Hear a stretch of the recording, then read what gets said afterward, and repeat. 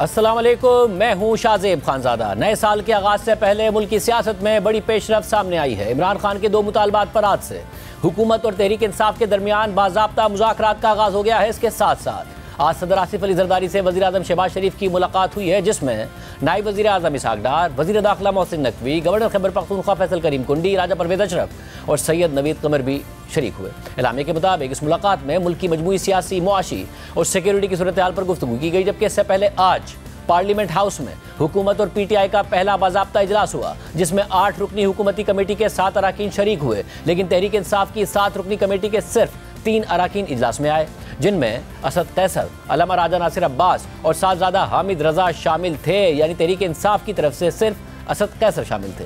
इजलास के एलामिया के मुताबिक आज पार्लियामेंट हाउस में हुकूमती इत्तेहादी कमेटी और पीटीआई इत्तेहादी कमेटी के दरमियान मुज़ाकरात की पहली बाज़ाब्ता नशिस्त हुई। स्पीकर कौमी असम्बली सरदार अयाज सादिक ने इजलास की सदारत की। हुकूमती इत्तेहादी कमेटी की तरफ से नायब वज़ीर आज़म और वज़ीर ख़ारजा इसहाक डार, सेनेटर इरफान सिद्दीकी, राना सनाउल्लाह, राजा परवेज़ अशरफ, सैयद नवीद कमर, अब्दुल अलीम खान और डॉक्टर फारूक सत्तार ने शिरकत की। पीटीआई मुज़ाकराती कमेटी की तरफ से असद कैसर, अल्लामा राजा नासिर अब्बास और साहबजादा हामिद रजा शरीक हुए। एलामिया के मुताबिक असद कैसर ने आगाह किया कि मुज़ाकराती कमेटी के बाकी अरकान अदालती मुकदमात या मुल्क से बाहर होने के बाइस इस हंगामी इजलास में शरीक नहीं हो सके। दोनों मुज़ाकराती कमेटियों ने खैर सगाली का इजहार करते हुए आज के इजलास को निहायत मुस्बत पेशरफ्त करार दिया। उन्होंने तवक्को जाहिर की कि पार्लियामेंट मसाइल हल करने का अहम फोरम है और मुज़ाकराती अमल को जारी रहना चाहिए। ओपोजिशन कमेटी ने अपने इब्तिदाई मुतालबात का खाका पेश किया और तय पाया कि अगली मीटिंग में ओपोजिशन कमेटी तहरीरी तौर पर अपने मुतालबात और शराइत पेश करेगी ताकि इस दस्तावेज की रोशनी में बात आगे बढ़ सके।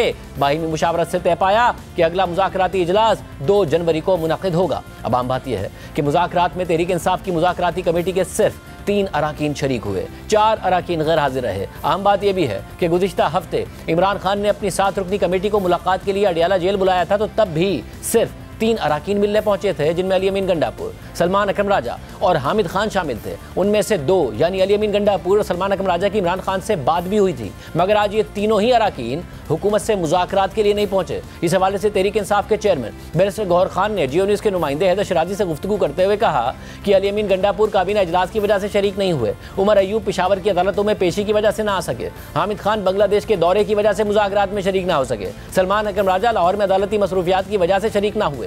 बहरहाल अब अगला इजलास 2 जनवरी को होना है, जबकि आज के इजलास से खिताब करते हुए स्पीकर कौमी असम्बली अयाज सादिक का कहना था कि मुज़ाकरात का बहुत मज़बूत आगाज़ हुआ है, इस अमल से मुताल्लिक ज़्यादा क़यास आराइयाँ ना की जाएँ।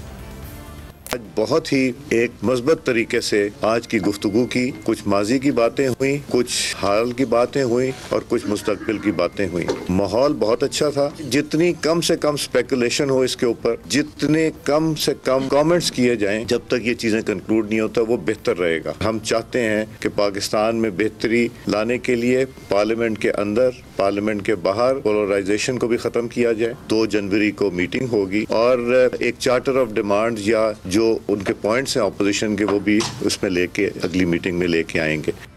इजलास के बाद मीडिया से गुफ्तगू करते हुए असद कैसर ने कहा कि आज हमने अपने मुतालबात पेश कर दिए हैं। हुकूमत से इमरान खान से मुलाकात करवाने का मुतालबा किया, जिस पर हुकूमत मान गई है। आपने तो रिपोर्ट कर दिया है कि आज हमारी मीटिंग हो गई है। इस पर हमने अपना नुक़्ता नज़र दूसरी तरीके से रखा कि जो हमारा मौक़िफ़ है कि हमारे जितने कैदी हैं, इंक्लूडिंग इमरान खान और जो हमारे वर्कर्स हैं, इनकी रिहाई और जुडिशल कमीशन के हवाले से जो हमारा मुतालबा है कि सुप्रीम कोर्ट की सीनियर तरीन की जुडिशल कमीशन बनाया जाए। और 2 तारीख को जो हमारी मीटिंग है उसमें हम पूरा अपना जो भी डिमांड्स है, जो भी उसमें रखेंगे। हमने ये भी मुतालबा किया है कि इमरान खान के साथ जो है ना हमारा राबिता इस्तेवार किया जाए, उनके साथ हमारी मीटिंग हो, ताकि जो भी हो, क्योंकि वो हमारा लीडर है, उन्हीं की इंस्ट्रक्शन पे हम आगे बढ़ेंगे। तो हुकूमत ने ये मुतालबा मान लिया है कि हम आपको मुलाकात अरेंज करते हैं।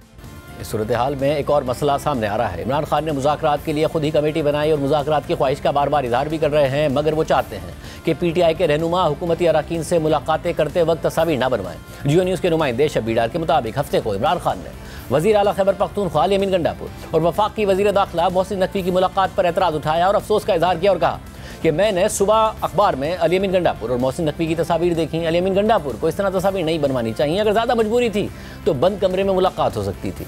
यानी मुलाकात पर एतराज़ नहीं कर रहे इमरान खान, तस्वीर खिंचवाने पर एतराज़ कर रहे हैं कि वो आवाम के सामने ना आए। इसके अलावा आज इमरान खान और बुशरा बीबी के खिलाफ 190 बिलियन पाउंड केस का फैसला सुनाया जाना था, मगर आज इस केस की समाअत अडियाला जेल के बजाय एहतसाब अदालत में हुई और अदालत ने मुल्जिमान के वकला को बताया कि अब फैसला 6 जनवरी को सुनाया जाएगा। समाअत के दौरान एहतसाब अदालत के जज नासिर जावेद राना ने कहा कि फैसला अभी लिख रहे हैं, फैसला आज नहीं आएगा। अदालती छुट्टियां भी आ रही हैं और हाईकोर्ट का कोर्स भी है। तहरीक इंसाफ अचानक फैसले की तारीख आगे बढ़ाने पर सवाल उठा रही है। पीटीआई के तर्जुमान शेख वकास अकरम ने सवाल उठाया कि फैसला क्यों मौखर किया गया और कहां लिखा जा रहा है कि सुनाने में इतनी मुश्किल पेश आ रही है। साथ ही तहरीक इंसाफ के ऑफिशियल एक्स हैंडल से पोस्ट किया गया कि जब हुक्म आया तो जज ने रात देर तक तेज तरीन अदालती कार्रवाई करते हुए इमरान खान और बुशरा बीबी के खिलाफ फैसला महफूज किया। फिर जब दूसरा हुक्म आया कि फैसला मौखर कर दिया जाए तो फौरन उसे मौखर कर दिया गया। अब पीटीआई अपने ऑफिशियल एक्स हैंडल से इल्जाम लगा रही है कि जज ने किसी के हुक्म पर रात देर तक समाअत करके फैसला महफूज किया था। हालांकि उसी दिन केस में इमरान खान के वकील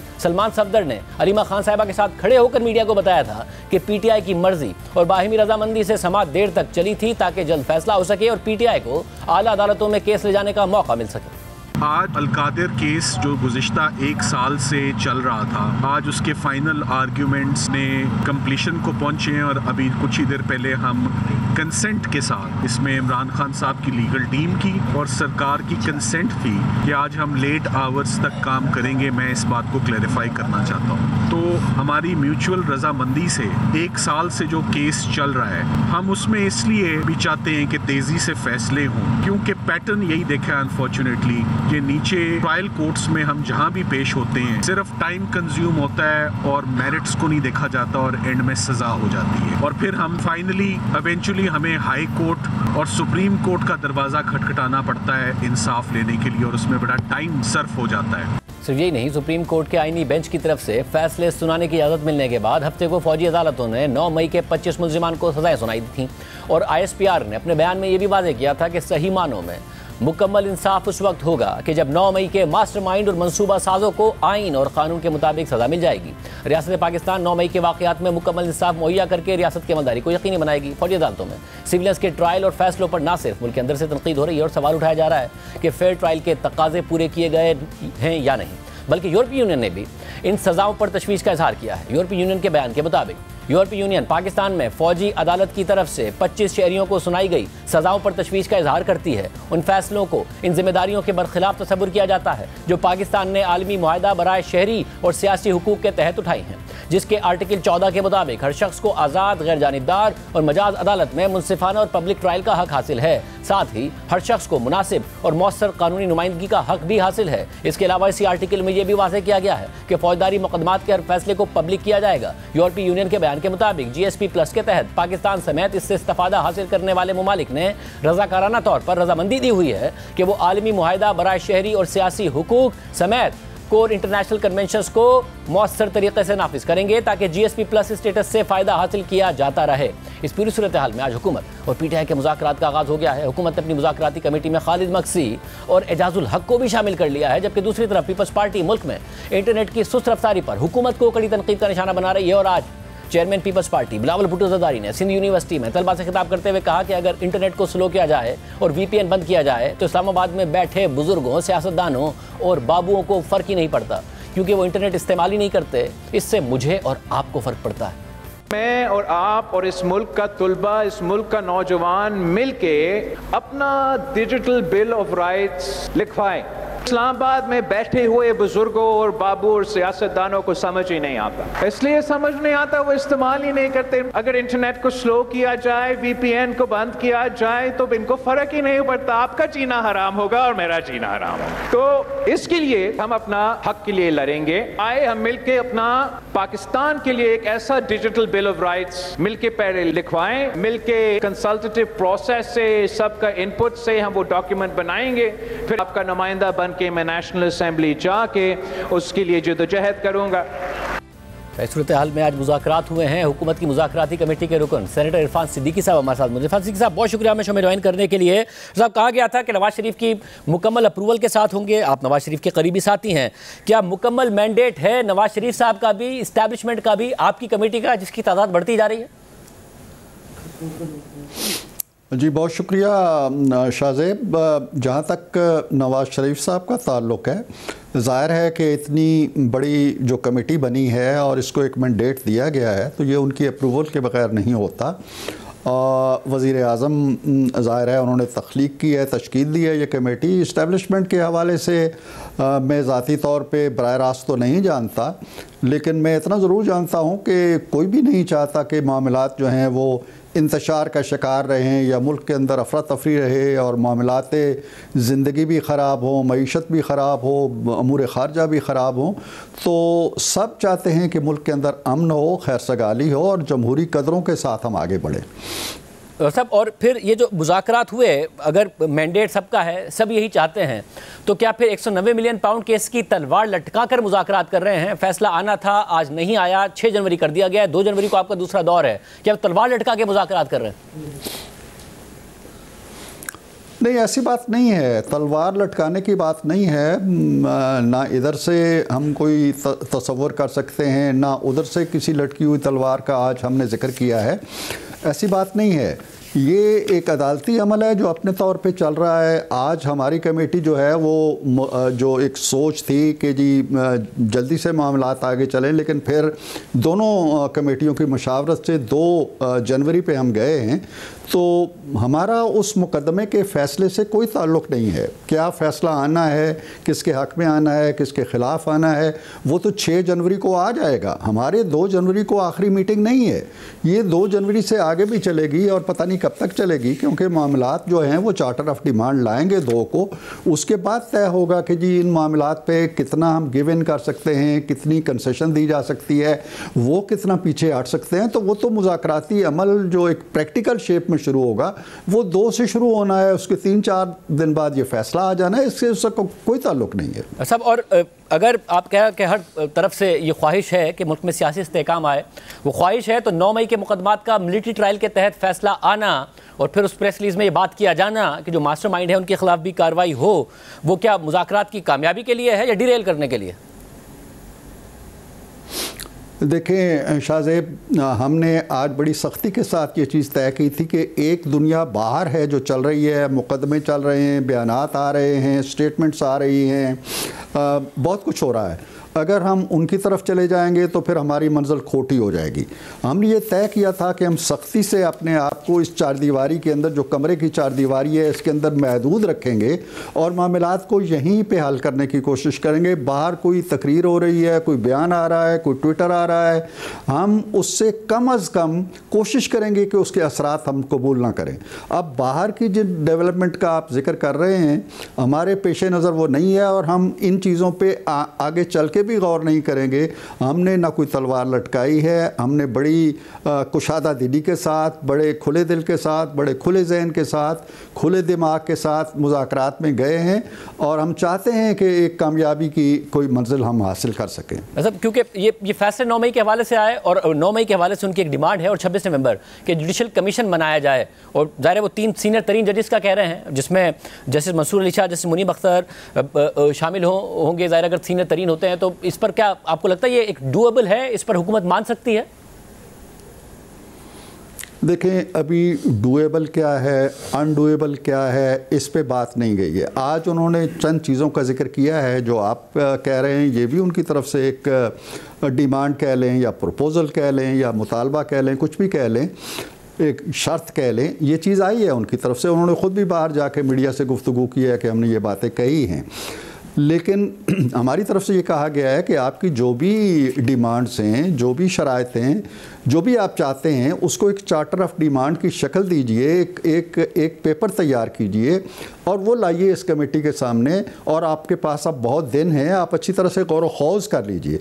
फिर जब वो चीज़ें आएंगी, उन पे बहस होगी, हमारी तरफ से भी बहस होगी, उनकी तरफ से होगी, दलाइल आएंगे, कानून आएगा, आईन आएगा और बहुत सी चीज़ें आएंगी। तो इस स्टेज पे मेरा ख्याल है कि ना तो ये कहा गया है जी कि ये डूएबल है और ये हम नहीं कर सकते, ना कोई ऐसा बैरियर लगाया गया है, ना कोई ऐसी दीवार खड़ी की गई है जी कि इससे आगे हम नहीं जा सकते। ये मराइल अगर आए भी तो आने वाले दिनों में आएंगे। सब और मगर ये बताएगा कि किस हद तक आप लोगों को एतमाद है कि आप जो भी मामलात इस कमेटी के साथ तय करेंगे, जिसमें आज पीटीआई की तरफ से तो सिर्फ असद कैसर साहब आए, बाकी का रीज़न दिया गया, वो मामलात इमरान खान साहब की तरफ से वीटो नहीं होंगे। कितना मैंडेट है इस कमेटी के पास जिसके साथ आप बात कर रहे हैं, आपको क्या एहसास हुआ? हम तो इसी एहसास के तहत बात कर रहे हैं कि वो खान साहब की आशीर्वाद से एक कमेटी बनी है, उधर से इस ख्वाहिश का इजहार हुआ है कि बातचीत होनी चाहिए। हम तो ये समझते हैं कि इस कमेटी को खान साहब का मैंडेट हासिल है। कमेटी ने ये भी आज ख्वाहिश की कि जी हमें फैसिलिटेट किया जाए, हमारी मुलाकात कराई जाए खान साहब से, ताकि डे टू डे डेवलपमेंट्स जो होती हैं कमेटी की हम उनको बताते रहें। हमने उस पर भी मुस्बत रद्द अमल दिया है। डार साहब ने, राना साहब ने कहा है जी कि हम मुतलका जो वजारत है, वजारत दाखिला, उससे बात करके फैसिलिटेट करेंगे। तो हम ये समझते हैं कि जिस तरह हम जो कहेंगे उसकी ज़मानत देंगे, उसकी गारंटी देंगे, इसी तरह वो भी ये कोशिश करेंगे। लेकिन अल्टीमेटली क्या होता है वो मैं नहीं कह सकता। वैसे यानी कि आप ये कह रहे हैं कि जब भी कमेटी का इजलास होगा उसके बाद कमेटी के जो अरकान हैं पीटीआई की तरफ से, उनकी मुलाकात कराई जाएगी इमरान खान साहब से। एक तो आज वादा किया गया, अगर दो के बाद भी कराई जाएगी ताकि वो अप्रूवल ले सकें, और बजाय इसके कि बहुत सारा नॉइस क्रिएट हो, बहुत सारे लोग मिलते हैं इमरान खान साहब से जाके, ये लोग खुद फर्स्ट हैंड बता सकें उनको कि क्या बात हो रही है और कहाँ मामला जा रहे हैं। जी हाँ, ये उनकी तरफ से आज ये ख्वाहिश आई थी। हमने उस ख्वाहिश को कबूल किया है एक हद तक, और हमने कहा है कि हम आपको फैसिलिटेट करेंगे। मसलन आज की मीटिंग है, अगले 1-2 दिनों में अगर उनकी मुलाकात हो जाती है, वो इसकी पेशरफ से आगाह करेंगे। फिर 2 जनवरी 2025 की जो मुलाकात होनी है उसके बारे में शायद वो ताज़ा हिदायत लेके आ जाएं। तो हमें इस पर कोई एतराज़ नहीं है कि वो वहाँ से इंस्ट्रक्शंस लें या यहाँ की मालूमात उन तक पहुँचाएँ, और ताकि आने वाले दिनों में फिर जब कोई चीज़ तय हो जाए तो ऐसा ना लगे जी कि कमेटी कहीं और है और ख़ान साहब जो है वो उसके साथ पूरी तरह मरबूत नहीं है उनकी राय। तो हम चाहते हैं कि ये साथ साथ उनका रब्त व ज़ब्त आपस में भी कायम रहे, ताकि कमेटी जो है वो किसी ऐसी सूरत हाल से दो चार ना हो जाए जी कि बात तय हो जाए और बाद में पता चले जी कि वो सारा खेल बिगड़ गया है। सब जो तय होना है, अब ज़ाहिर आपके पास मुज़ाकरात का तो अप्रूवल है इस्टेब्लिशमेंट की तरफ से भी और नवाज शरीफ साहब की तरफ से भी, क्या तय करने का भी मैंडेट है उनकी डिमांड्स के हवाले से आपके पास? देखिए, तय करने का मामला ये है कि जब उधर से डिमांड्स आएंगी, हमारे सारे सीनियर अरकान हैं, वो जानते हैं, कानून को भी जानते हैं, आइनी तकाज़ों को जानते हैं। राना सनाउल्लाह साहब वज़ीर दाखिला रह चुके हैं, वो सारे अमूर को अच्छी तरह से समझते हैं। बाकी अरकान भी सारे, राजा परवेज़ अशरफ साहब हैं, वज़ीर आज़म रह चुके हैं, नवीज़ और बहुत से अरकान हैं हमारे जो सारे माशाल्लाह बड़े सीजनड है। तो वो देखेंगे उनको कि कौन सी चीज़ ऐसी है जिस पे हम कोई रिलैक्सेशन देने की पोजीशन में हैं या रिकमेंडेशन देने की पोजीशन में हैं अपनी लीडरशिप को कि जनाब कोई नहीं, हम ये काम कर सकते हैं, ये हो सकता है, ये रियायत उनको दे दी जाए। लेकिन ये सारा अमल उस वक्त शुरू होगा जब उनका चार्टर ऑफ डिमांड हमारे सामने होगा।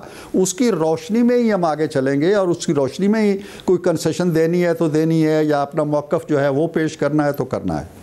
बहुत शुक्रिया इरफान सिद्दीकी साहब की गुफ्तगू आपने सुनी। सेनेटर अल्लामा राजा नाज़िर अब्बास साहब हमारे साथ मौजूद हैं, तहरीक इंसाफ की तरफ से रुकन है, मुज़ाकराती कमेटी के सरबराह हैं, मजलिस वहदतुल मुस्लिमीन के। अल्लामा साहब बहुत शुक्रिया मुझे ज्वाइन करने के लिए। आप किस हद तक पुरउम्मीद हैं? एक तो ये भी बताएगा कि मैंडेट आपके पास कितना है किसी भी फैसले पर पहुंचने के लिए इमरान खान साहब की तरफ से, और आप आज की मुलाकात के बाद कितने पुरउम्मीद हैं कि 2 जनवरी को जाएंगे और अपना पूरा चार्टर ऑफ डिमांड लेके जाएंगे तो कुछ पेशरफ्त होगी? बिस्मिल्लाहिर्रहमानिर्रहीम। देखें, टाइम बहुत अहम होता है, बाज़ औक़ात वक्त बड़ा अहम हो जाता है। जिस वक्त जब मुज़ाकरात की बात हो रही है तो पाकिस्तान अपनी तारीख़ के बदतरीन बहरान से गुज़र रहा है। 71 के बाद तकरीबन अक्सर इदारे इरेलीवेंट हो चुके हैं, आवाम का एतमाद अपने हुकूमती इदारों पर वो तकरीबन ना होने के बराबर रह चुका हुआ है। सियासी बहरान है, अमन अमान का बहरान है, 2 सूबे बिल्कुल बहुत बुरा हाल है अमन अमान के हवाले से। इसी तरह से महंगाई है, बेरोज़गारी है।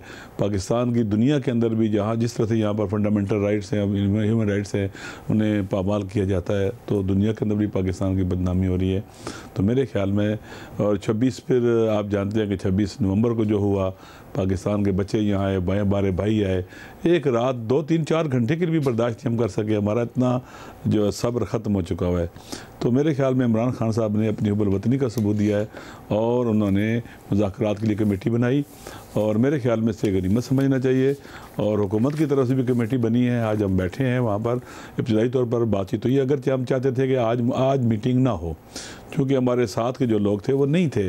मसलन उमर अयूब साहब वो पेशावर में हाई कोर्ट में थे, हामिद खान साहब ढाका में थे और सलमान अकबर राजा साहब भी कोर्ट में थे।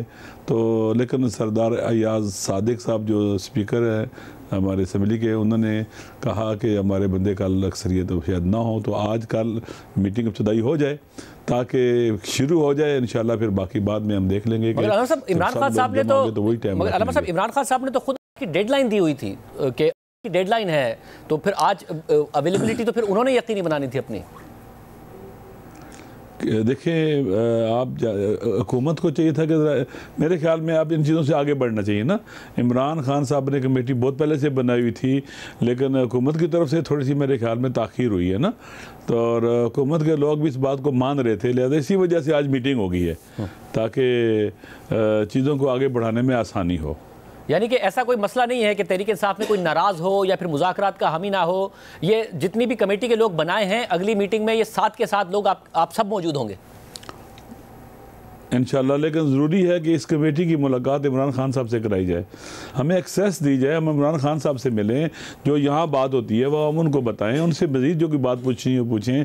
अगर हमारी हुकूमत को चाहिए शरह सदर का सबूत दे, अमूमन तो मुज़ाकरात हुकूमतें करती हैं, वो इंगेज करती हैं अपोजिशन को, बातचीत करती हैं, लेकिन यहाँ बिलक्स हुआ है कि यहाँ इमरान खान साहब ने कमेटी बना के हुकूमत की तरफ बात करने के लिए कहा है, तो उन्हें शरह सदर हो, CVMs होते हैं, थोड़े से माहौल बेहतर करना होता है। अब देखिए पाकिस्तान के अवाम का जो राय है, पब्लिक ओपिनियन है, वो बहुत आम है, उनको भी इंटैक्ट रखना है, उनको भी उम्मीदवार बनाना है, उनकी भी नाउमीदी ख़त्म करनी है, तो हुकूमत को काफ़ी शरह सदर की ज़रूरत है, और ताकि खुले दिल के साथ चीज़ों को देखे और पाकिस्तान को इस बहरान से निकाले। अल्लामा साहब, अभी सेनेटर इरफान सिद्दीकी साहब हमारे साथ मौजूद थे और हमने उनसे ये बात पूछी कि क्योंकि इमरान खान साहब कैद हैं और बहुत सारे लोग बहुत सारी बातें उनके कान में जाके कर देते हैं, तो कमेटी के अरकान को हर मुज़ाकराती सेशन के बाद या उससे पहले उन तक रसाई हो, तो उन्होंने कहा कि इस पर बात हुई है और ये हुकूमत को कोई एतराज़ नहीं है। तो क्या आपको यकीन दहानी कराई गई है कि आप आज मिले हैं तो उस अगली मुलाकात से पहले आपकी मुलाकात हो जाए, फिर 2 जनवरी को मिले तो फिर इमरान खान साहब से मुलाकात हो जाए, ताकि आप उन्हें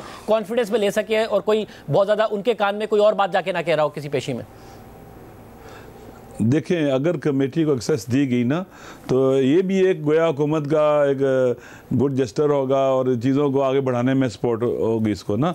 ये नहीं एक मुलाकात ना, मुमकिन है 2 मुलाकातों की, 3 मुलाकातों की ज़रूरत हो। देखिए पाकिस्तान जहाँ पहुँच गया हुआ है, पाकिस्तान को इस दलदल से निकालना है, और इसके लिए फिर 1 बार मुलाकात, 2 बार, 3 बार, बिलाखिर इतने देखिए मशरक़ और मगरब के फासले दोनों तरफ ना, तो इन चीज़ों को इकट्ठा करना और दरमियानी रास्ते निकालना ये बहुत आम है। इसके लिए मिलना, इमरान खान साहब से मिलना बहुत ज़रूरी है। आप मुझे खुद बतला दें, इरफान सिद्दीकी साहब में बुजुर्ग हैं, क्या नवाज शरीफ साहब से मिले बगैर ये कुछ कर सकते हैं, या बिलावल भुट्टो साहब से मिले बगैर पीपल पार्टी वाले कुछ कर सकते हैं? तो मेरे ख्याल में एक जेन्युइन तकाजा है, नेचुरल है, और ये मेरे ख्याल में हर आदमी, आप भी इसकी तायद करेंगे कि इनकी मुलाकात होनी चाहिए, ये नहीं कि वहाँ मिलने जाए तो थाने में बंद हो जाए। और अब हम उम्मीद करते हैं कि हुकूमत ने कमिटमेंट की है तो हुकूमत ये कमिटमेंट पूरी भी करेगी, अच्छे माहौल में मामला आगे बढ़े। बट आपके पास कितना मैंडेट है, आपके पास कितना मैंडेट है फ्लेक्सिबल होने का? जैसे फॉर एग्जाम्पल अलीमा खान साहिबा ने मुतालबा किया कि इमरान खान साहब का ये मुतालबा है कि 3 सीनियर तरीन जजेस का जुडिशल कमीशन हो। अब जाहिर उसमें जस्टिस मसूर अली शाह साहब होंगे, उसमें जस्टिस मुनीब अख्तर साहब होंगे। अगर हुकूमत कोई और नाम देती है, इस पर कोई फ्लेक्सिबिलिटी है आपकी तरफ से कि बात हो सकती है? देखिए मेरी बात सुने, पहली बात है हमारी इमरान खान साहब से मुलाकात होनी चाहिए ताकि हमें सूरत हाल पता चले, चीज़ें वाज़े हों, जो हमारी डायरेक्शन है वो भी क्लियर हो और चीज़ें भी हमारे सामने वाज़े हों। फिर जब आप बैठते हैं मुज़ाकरात करते हैं, तो मेरे ख्याल में मुज़ाकरात नाम इस बात का है कि रास्ता निकालना है और आगे बढ़ना है। मुज़ाकरात होते इसलिए कि रास्ते निकालने और आगे बढ़ने के लिए होते हैं। और आज की मुलाकात का आपका टेक अवे क्या है? आपको लगा कि हुकूमत चाहती है आगे बढ़ना, हुकूमत ने जो कमेटी बनाई है इससे बात करके आपको लगा कि आगे बढ़ने के लिए और रास्ता निकालने के लिए उनके पास मैंडेट मौजूद है? मेरे ख्याल में जहाँ तक सिलसिला पहुँच गया है ना, तो हुकूमत की ड्यूटी है, ज़िम्मेदारी है, उन्हें ये करना चाहिए। और जब इमरान खान साहब ने कह दिया है, तो आज की मीटिंग में उनकी तरफ से भी एक बहुत पॉजिटिव चीज़ें थी। तो मेरे ख्याल में कहते हैं कि अरबी में कहते हैं ज़ा अमल आखी कल अहसन है, जो आदमी आपके साथ बात कर रहा है उसकी ज़ाहिरी बात के ऊपर उसको तरतीब असर दो, बाकी प्रैक्टिकली पता लग जाएगा चंद दिनों के अंदर क्या होने वाला है। अच्छा, पर क्या बेहतर नहीं होगा कि दोनों तरफ से फिर एक सीज़ फायर भी हो? क्योंकि बयानात ऐसे आ जाते हैं कभी सोशल मीडिया पे, कभी अरकान की तरफ से, कि वहाँ हुकूमत भी एहतियात करे, हुकूमत भी ना कोई बयानात दे, इमरान खान साहब के ट्विटर हैंडल से भी खामोशी हो ताकि आप लोग आगे बढ़ सके। देखें मेरी बात सुने, आप देखें जिस दुनिया में आप रहते हैं ना, जंग भी हो रही होती है और बातचीत भी हो रही होती है, ठीक है ना। थोड़ा सा इंशाल्लाह जब ये CBMs होंगे, थोड़ी बहुत हुकूमत की तरफ से अच्छे कदम उठाए जाएंगे जो लोगों के लिए उम्मीद पैदा करेंगे। ये जो सियासी कैदी हैं, आप देख लेना, जनाब डॉक्टर यास्मीन राशिद साहबा, वो दहशतगर्द नहीं है, एजाज चौधरी दहशतगर्द नहीं है, ये शरीफ नजीब अच्छे लोग हैं और सेनेटर हैं, उनके प्रोडक्शन आर्डर जारी कर दें, उनको ले आएँ। देखें ये लोग जो MNAs के और MPs के घरों में घुसा जाता है, उनको उठाया जाता है, उनको हरास किया जाता है, उन पर बाज़ औक़ात तशद्दुद भी होता है, ये चीज़ें ख़त्म होनी चाहिए ना। या ये चीज़ें होंगी जो माहौल बनाएंगी मेरे ख्याल में और माहौल को बेहतर करेंगी। ये आम बात है। आप कह रहे हैं एक हुकूमत जेस्चर दिखा सकती है, जो लोग कैद हैं या फिर जो अरकान असेंबली कैद हैं उनके प्रोडक्शन ऑर्डर जारी हों, ये इस किस्म के जेस्चर हों तो बात आगे बढ़ने में मदद मिलेगी इंशाअल्लाह। बहुत शुक्रिया आलम साहब की गुफ्तगू आपने सुनी। आखिर होगा क्या, अंदर की बात क्या है? हामिद मीर साहब हमारे साथ मौजूद होंगे एक ब्रेक के बाद। दोबारा खुशामदीद नाजरीन। हुकूमत और अपोजिशन के दरमियान मुज़ाकरात शुरू हो गए हैं, बाकायदा दौर 2 जनवरी को होगा। हमारे साथ सीनियर साहब वज़ीर हामिद मीर साहब मौजूद हैं। मीर साहब बहुत शुक्रिया हमें शो में ज्वाइन करने के लिए। मीर साहब सबसे पहले ज़ाहिर तहरीक इंसाफ मुज़ाकरात के लिए उन्होंने कमेटी बनाई थी, 7 रुकनी कमेटी थी। आज उस कमेटी में से PTI में से सिर्फ असद कैसर साहब शामिल थे। जिन लोगों ने इमरान खान साहब से मुलाकात की थी, सलमान अकबर राजा साहब हों या अली अमीन गंडापुर साहब हों, वो नहीं थे। आज आपने भी अपने प्रोग्राम के इंट्रो में भी इस बात का जिक्र किया। क्या वाकई जो बात बताई जा रही है कि कोई काबीना मीटिंग में मसरूफ़ था, तो कोई अदालती मामलात में मसरूफ़ था, यही है या कुछ और वजह है? तहरीक इंसाफ में कोई और मसला है? देखिए, मसला सिर्फ तहरीक इंसाफ में नहीं है, मसला तो हुकूमत में भी है। दोनों फ्रीकैन को ये पता है कि इन मुज़ाकरात से फ़िलहाल कुछ नहीं निकलेगा, इसलिए कि देखें एक तरफ ये एक दूसरे से मुज़ाकरात कर रहे हैं और दूसरी तरफ जो PTI के जो मुतालबात हैं वो आप सबको पता है वो क्या हैं। वो कह रहे हैं जी इमरान खान को रहा करो और जो 26 नवंबर के वाक़यात हैं उस पर जुडिशल कमीशन बनाओ, और साथ ही साथ जो है 9 मई के वाक़यात पे फ़ौजी अदालतें जो हैं उसने 25 लोगों को सज़ा सुना दी और मज़ीद सज़ाएँ भी जो है वो सुनाई जाएंगी। तो फ़ौजी अदालतें और हुकूमत और अपोजिशन के मुज़ाकरात ये साथ साथ चल नहीं सकते।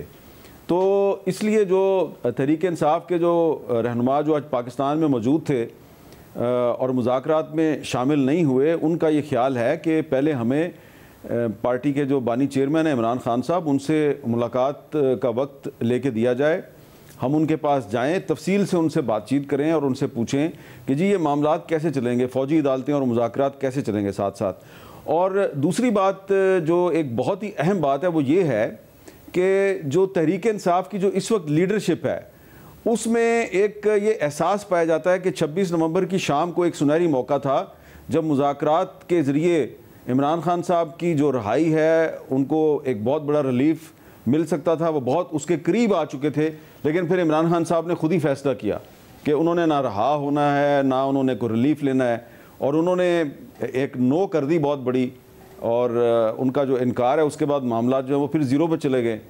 तो इसलिए जो तहरीक इंसाफ के ये रहनुमा हैं ये भी चाहते हैं कि खान साहब से एक दफ़ा पूछ लें कि खान साहब आप हमें मुज़ाकरात की तरफ धकेल रहे हैं, और अगर दोबारा ऐसे हालात पैदा हो गए कि हुकूमत जो है वो आपकी रहाई पे तैयार हो गई, तो कहीं ऐसा तो नहीं होगा कि आखिर में आप एक दफ़ा फिर ना कर देंगे। तो मेरा ख्याल है बहुत से फैक्टर्स हैं। मुझे फ़िलहाल ये जो फेज़ है मुज़ाकरात का जो 2 जनवरी को शुरू होना है, मुझे इससे कोई ज़्यादा उम्मीद नहीं है।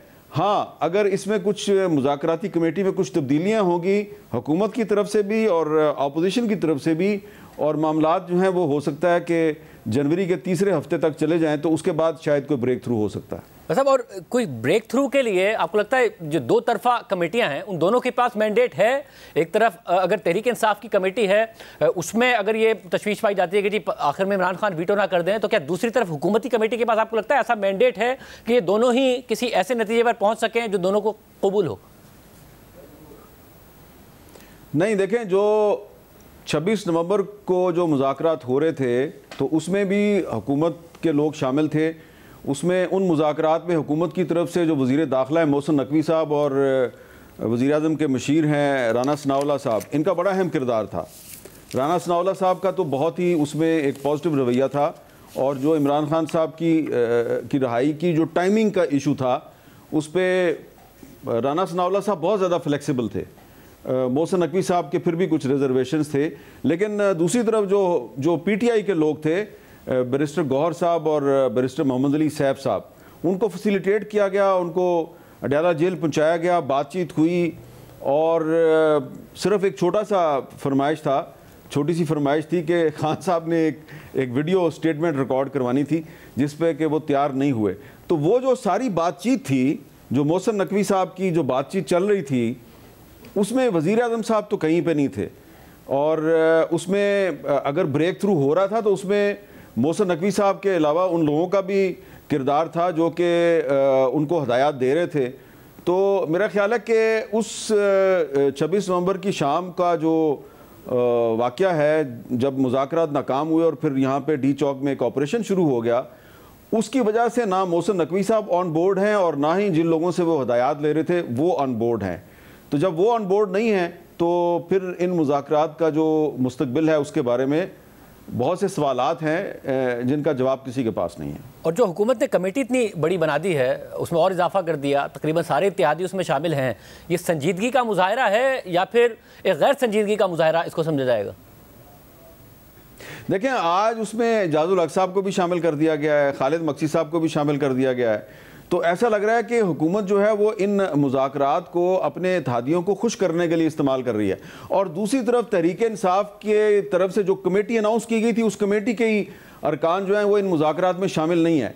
देखें, जो हुकूमत की कमेटी है, उस कमेटी में जो पीपल्स पार्टी के जो दो दोस्त हैं, वो उनकी मौजूदगी जो है वो भी बहुत से सवालात को जन्म दे रही है, क्योंकि इस वक्त बज़ाहिर आसिफ जरदारी साहब और वज़ीर आज़म शहबाज शरीफ साहब तो एक दूसरे से मिलते जुलते भी हैं और मुस्कुराहटों का तबादला भी करते हैं, लेकिन बिलावल भुट्टो जरदारी साहब जो हैं उनके और हुकूमत के मामलात बिल्कुल भी ठीक नहीं हैं। तो जिस पार्टी के वोटों पर शहबाज शरीफ साहब की हुकूमत खड़ी है, उस पार्टी के चेयरमैन जो हैं बिलावल भुट्टो जरदारी साहब, उन्होंने आज भी जो तकरीर की है उसको भी अगर आप एनालाइज कर लें तो बिल्कुल वो हुकूमत से खुश नज़र नहीं आ रहे। तो जब पीपल्स पार्टी और मुस्लिम लीग नून ही के ताल्लुकात आपस में ठीक नहीं है, तो मुस्लिम लीग नून और पीटीआई के मुज़ाकरात जो हैं उसमें पीपल्स पार्टी बैठकर क्या करेगी? क्योंकि मुझे आज खुद एक तहरीक इंसाफ के अहम रहनुमा ने कहा कि जब 2 जनवरी को हम सारे बैठेंगे आमने सामने, तो हम पहले तो पीपल्स पार्टी के जो 2 हमारे दोस्त हैं उनको कहेंगे ना, पहले तो आप ये बताएं आपका इनके साथ तजर्बा कैसे रहा, क्या नून लीग ने जो पीपल्स पार्टी से वादे किए थे वो वादे पूरे किए या नहीं किए। उसके बाद फिर हम आगे चलेंगे कि जनाब हमें नून लीग की किसी बात को मानना चाहिए या नहीं मानना चाहिए। तो जाहिर बात है कि पीपल्स पार्टी का भी मसला नून लीग के साथ तो नहीं है, उनका भी बिलावल साहब का भी मसला तो किसी और के साथ है, तो वो तो इसमें अभी तक ऑन बोर्ड नहीं है। तो जब तक वो ऑन बोर्ड नहीं होते तो इन मुज़ाकरात का मुझे कोई मुस्तकबिल अच्छा नज़र नहीं आता। साहब, और जो तहरीक इंसाफ की अपनी भी लीडरशिप है वो ज़ाहिर दोनों तरफ से हमने देखा तनकीद की जद में रहते हैं। हुकूमती जो रहनुमा हैं वो उन्हें तनकीद करते हैं कि ये तो कॉम्प्रोमाइज़ लोग हैं, फिर कभी बुशरा बीबी की तनकीद, कभी अलीमा खान साहबा की तनकीद, फिर इमरान खान साहब को इस बात पर शिकायत की थी तस्वीर क्यों खिंचवा ली मोहसिन नकवी के साथ। आपके ख्याल में इन हालात में, जिन हालात का सामना है पार्टी को, ये पार्टी लीडरशिप सही किरदार अदा कर रही है या जहाँ जहाँ से सवालात उठ रहे हैं वो सही उठ रहे हैं? देखिए शाहजेब साहब, आप भी एक जर्नलिस्ट हैं और मैं भी एक जर्नलिस्ट हूँ, तो हमने तो हर दौर में बात वही करनी है ना जो कि हमें सही नज़र आ रही है। देखें, आजकल तहरीक इंसाफ के जिन रहनुमाओं के बारे में तहरीक इंसाफ ही के लोग जो हैं वो सवाल उठा रहे हैं या कहते हैं ये कंप्रोमाइज़ लोग हैं, उनको कंप्रोमाइज़ किसने बनाया है? उनको कंप्रोमाइज़ इमरान खान ने बनाया ना। अब 26 नवंबर की शाम को जब हुकूमत जो है वो जहाज़ भेजती है, हवाई जहाज़ भेजती है पेशावर, और तहरीक इंसाफ के 2 रहनुमाओं को जहाज़ पे पेशावर से रावलपिंडी लाया जाता है। रावलपिंडी से फिर उनको गाड़ी में बिठा के आप अडयाला जेल में लेके जाते हैं। फिर अडयाला जेल में भी मीटिंग रूम में मुलाकात नहीं होती, इमरान खान का जो सेल है उसमें मुलाकात होती है। तो क्या इमरान खान को नहीं पता कि ये जो मेरी पार्टी के 2 लोग जो हैं इनको मेरे सामने ला के बैठा दिया गया है और मैं इनसे बातचीत कर रहा हूँ, और बातचीत बड़ी लंबी बातचीत, चहलकदमी हो रही है सेल में, और ये पॉइंट, और एंड में आके फिर इमरान खान साहब कहते हैं जी कि नहीं, मैंने वीडियो रिकॉर्ड नहीं करवानी। तो अगर उनकी पोजीशन कमज़ोर हो गई है या पार्टी के अंदर उनके बारे में सवालात उठाए जा रहे हैं, तो उसकी जिम्मेदारी खान साहब पर भी तो आयद होती है ना, क्योंकि गौहर साहब को चेयरमैन बनाने वाले भी इमरान खान, और फिर गौहर साहब के साथ अपने सेल में मुज़ाकरात करने वाले भी इमरान खान, और फिर गौहर साहब के सामने इनकार करने वाले भी इमरान खान। तो अब गौहर साहब किधर जाएं? या तो उनको चाहिए कि वो सारा सच पूरी कौम को बता दें कि भाईजान मैं तो प्रॉक्सी हूँ इमरान खान की, मैं जो भी करता हूँ इमरान खान के कहने पे करता हूँ। लेकिन इस पार्टी का कमाल ये है कि फिर जो इमरान खान की प्रॉक्सी है, ये उस प्रॉक्सी को भी मुतनाज़ा बना देते हैं कि तुमने ये सही नहीं किया, तुमने ये सही नहीं किया, तुमने ये सही नहीं किया। तो मैं एक बात बड़े अरसे से कहता हूँ और आज मैं दोबारा रिपीट करता हूँ कि 26 नवंबर को भी इमरान खान साहब अगर चाहते तो जेल से बाहर आ सकते थे, आज भी वो चाहें तो बाहर आ सकते हैं, लेकिन शायद वो ट्रस्ट डेफिसिट है, वो एतबार नहीं करते कुछ लोगों पे, और ये जो मुज़ाकरात शुरू होते हैं और फिर आखिर में खान साहब इनकार कर देते हैं, इसकी वजह से ज़्यादा नुकसान जो है वो तहरीक इंसाफ के कुछ रहनुमाओं का हो गया है, जो बेचारे इन मुज़ाकरात में अडयाला जेल के चक्कर लगाते रहते हैं और आखिर में खान साहब इनकार कर देते हैं। सब तो क्या नियर टर्म में है पॉसिबल कि क्योंकि ज़रा पार्टी तितर बितर है बगैर इमरान खान साहब के, कि वो आ सकें? 190 मिलियन पाउंड का फैसला भी आना है, कोई रिहाई का इम्कान नजर आता है आपको? देखें, पार्टी तितर बितर है, ये पार्टी सिर्फ इमरान खान है। अगर आप डिटेल में जाएंगे तो तितर बितर आपको नून लीग भी नजर आएगी, जहाँ पे वज़ीर आज़म शहबाज शरीफ साहब इतने दिनों से अपनी कैबिनेट में एक्सटेंशन करना चाह रहे हैं लेकिन उनको कहीं से इजाज़त नहीं मिल रही, तो वहाँ पे भी काफ़ी तितर बितर मामलात हैं, बल्कि तीतर बटेर वाला मामला है। तो तहरीक इंसाफ में पार्टी का नाम सिर्फ इमरान खान है, ये वक्त और हालात ने साबित किया है। जिस दिन इमरान खान साहब जो है वो फैसला कर लेंगे कि मैंने अब ठीक है डील करके नवाज शरीफ की तरह मैंने बाहर आना है, तो बाहर आ जाएंगे। अभी तक उन्होंने जो अपने आप को दिल में तसल्ली दी हुई है ना कि मैं बाहर नहीं आ रहा, वो तसल्ली उन्होंने ये दी हुई है, जो कि उन्होंने अपने कुछ साथियों से कही भी है कि भाई देखो, कम अज़ कम आप लोग मुझे बार बार आके ये कहते हैं जी खान साहब आप आखिर में रहाई से इनकार करते थे, लेकिन तुम ये देखो ना मैंने साबित किया है कि मैं नवाज शरीफ नहीं हूँ। बस ये है उनके दिल की तसल्ली कि मैं नवाज शरीफ नहीं हूँ।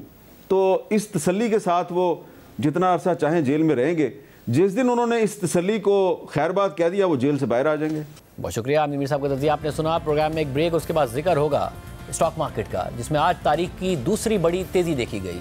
या तो मार्केट 2 हफ्तों से रिकॉर्ड गिर रही है या फिर रिकॉर्ड बढ़ रही है। क्यों इतनी वॉलेटिलिटी दिखा रही है? एक ब्रेक के बाद। स्टॉक मार्केट में इंतहाई वोलेटाइल मूवमेंट का सिलसिला आज भी जारी रहा और मार्केट ने हफ्ते के पहले दिन तारीख की दूसरी बड़ी तेजी देखी और 100 इंडेक्स 4% यानी 4,411 पॉइंट्स के इजाफे के साथ 1,13,924 पॉइंट्स पर बंद हुआ। यानी एक दफा फिर 1,16,000 पॉइंट्स के ऑल टाइम हाई के करीब आ गया। अहम बात यह है कि मार्केट ने 4,700 पॉइंट्स की तारीख की सबसे बड़ी तेजी भी अब से एक माह पहले से भी कम के अरसे पहले देखी, जब 26 नवंबर को इमरान खान के धरने की कॉल की नाकामी के बाद मार्केट 27 नवंबर को वापस खुली थी। दिलचस्प बात यह भी है कि तारीख की सबसे बड़ी मंदी भी मार्केट ने पिछले हफ्ते ही देखी और 2 बार देखी, जब मार्केट ने गुज़िश्ता बुध को 3,790 पॉइंट्स की मंदी देखी, जिसका रिकॉर्ड अगले ही दिन तोड़ दिया और फिर अगले दिन यानी जुमेरात को मार्केट 4,795 पॉइंट्स गिर गई, जो तारीख की सबसे बड़ी मंदी थी। और फिर अगले ही दिन यानी जुमे को मार्केट 3,238 पॉइंट्स के इजाफे के साथ तारीख की चौथी बड़ी तेजी देखकर बंद हुई। यानी या तो मार्केट में रिकॉर्ड तेजी नजर आ रही है या रिकॉर्ड मंदी नजर आ रही है। आज भी 4,411 पॉइंट्स की तेजी के साथ 100 इंडेक्स में 90 शेयर्स की कीमतों में इजाफा हुआ, जबकि सिर्फ 9 शेयर्स की कीमतों में कमी हुई। मार्केट कैपिटलाइजेशन $52 अरब की सतह को पहुंच गई और आज मार्केट में तकरीबन 85 करोड़ शेयर्स का काम हुआ। इस पूरी सूरत पर बात करेंगे। हमारे साथ मौजूद है माहिर मईशत मोहम्मद सुहेल साहब। मोहम्मद सुहेल साहब, बहुत शुक्रिया मुझे ज्वाइन करने के लिए। मोहम्मद सुहेल साहब, एक्सट्रीम मूवमेंट है मार्केट की, या तो रिकॉर्ड मंदी या फिर रिकॉर्ड तेजी। पिछले हफ्ते में 2 रिकॉर्ड मंदियां, आज सेकंड बड़ी तेजी। एक महीने पहले से भी कम से पहले के अरसे में रिकॉर्ड तेजी देखी थी 27 नवंबर को। ज़ाहिर क्योंकि मार्केट बढ़ गई है तो एब्सोल्यूट नंबर्स में तो रिकॉर्ड बना ही रही है, बट परसेंटेज नंबर्स में भी 4-5% बहुत बड़ा नंबर होता है। क्या वजह है? कोई अनसर्टेनिटी है कि या तो गिरती है तो बहुत ज़्यादा, बढ़ती है तो बहुत ज़्यादा? बिस्मिल्लाहिर्रहमानिर्रहीम। थैंक यू शाज़े भाई, आपने बड़ा सही कहा कि वॉलेटिलिटी ज़्यादा है। एब्सोल्यूट में तो बहुत ही ज़्यादा है, मगर परसेंटेज में भी नॉर्मल से ज़्यादा है। मेरे ख्याल में देखना परसेंटेज ही चाहिए। आई थिंक उसके 2 मेन रीज़न है। एक रीज़न तो ये है कि as a part of capital market reforms, regulator ने जो सर्किट ब्रेकर होता है, यानी एक दिन में एक शेयर कितना ऊपर या नीचे जा सकता है, वो पहले 5% हुआ करता था, वो अभी 10% हो गया है। तो जब 5% था तो जाहिर बात है वो 5% के बाद बहुत सारे स्टॉक्स तेजी में या मंदी में लॉक लग जाते थे, मगर अभी वो 8% बढ़ जाते हैं, कुछ 9% बढ़ जाते हैं। तो एक रीजन तो ये मूवमेंट का ये है। दूसरा रीजन ये कि मार्केट में यूफोरिया है। पहली दफा पाकिस्तान की तारीख में हुआ है कि 18 माह में मार्केट 3 गुना हो गई है, जिसकी वजह से एक कतार लगी हुई है नए इन्वेस्टर्स की, और रोजाना की बेस पे 100 से ज्यादा अकाउंट खुल रहे हैं। पिछले 3-4 महीने में हर महीने 10,000 से ज्यादा अकाउंट खुल रहे हैं। तो पैसा भी आ रहा है, और उसमें वो भी लोग आ रहे हैं जो इनएक्टिव थे या जिन्होंने कभी पहले इन्वेस्ट नहीं किया था। तो बहुत सारे लोग जो हैं वो ट्रेडर्स ओरिएंटेड हो गए हैं, जिसकी वजह से वो मोमेंटम को फॉलो कर रहे हैं। और मोमेंटम अगर तेजी का होता है तो सब खरीदारी करते हैं, और जब मोमेंटम थोड़ा सा मंदी का होता है तो लोग थोड़ा सा उसको फरोख्त करते हैं, जिसकी वजह से हमने देखा है कि वॉल्यूम से रिकॉर्ड हाई है और वॉलेटिलिटी भी बढ़ गई है। और लास्ट वीक जब मार्केट गिर रही थी तो आपकी टॉप लाइन सिक्योरिटीज़ की ही असेसमेंट थी कि जी म्यूचुअल फंड्स की रिडेम्पशंस आ रही हैं। इसके अलावा क्योंकि मार्केट बहुत बढ़ गई है तो ईयर एंड पे प्रॉफिट बुकिंग हो रही है। अभी साल खत्म नहीं हुआ है मगर दोबारा मार्केट तकरीबन अपने ऑल टाइम हाई के पास पहुंच गई है। तो ये कोई लेवरेज बाइंग है, फंडामेंटल्स पर बाइंग हो रही है, कोई ऐसा खतरा नहीं है? देखिए, ये बात तो तय है कि पिछले 3-4 माह में जो 35-40% का बेहतरी आई है मार्केट में, उसका मेन ड्राइवर जो है वो म्यूचुअल फंड्स हैं, जिनकी कोई 50-60 अरब रुपए की नई खरीदारी की है।